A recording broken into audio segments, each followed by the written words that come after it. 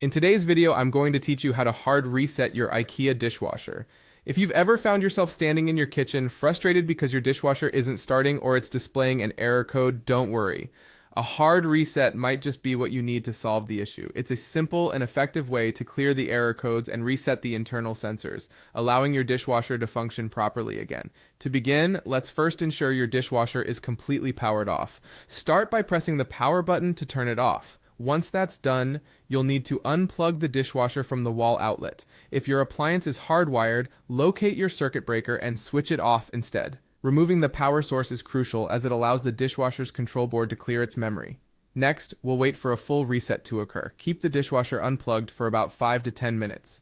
This waiting period is important as it ensures all the lingering issues in the control board and sensors are effectively cleared. After waiting, it's time to reconnect the power. Plug your dishwasher back into the outlet or turn the circuit breaker back on. Give it a moment to power up, then press the power button to start it again. Often, this simple action can resolve many of the common issues you might encounter. Should your dishwasher still not respond, there is another method you can try known as the reset cycle. For most IKEA models, you begin by turning off the dishwasher again, then press and hold the Start Cancel button for 3 to 5 seconds. Pay attention to the control panel. You'll want to see the lights blink or turn off. This indicates the reset has been successful. Once that's done, close the door and start a new wash cycle to see if the problem is resolved. If you still notice any error codes, it's important to check the flashing lights or error codes displayed on the panel.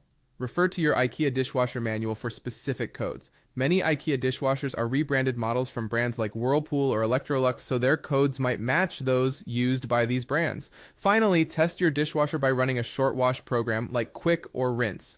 Let it run for a few minutes to confirm it's working normally. A couple of pro tips. If your dishwasher doesn't power on after the reset, check the circuit breaker or outlet fuse.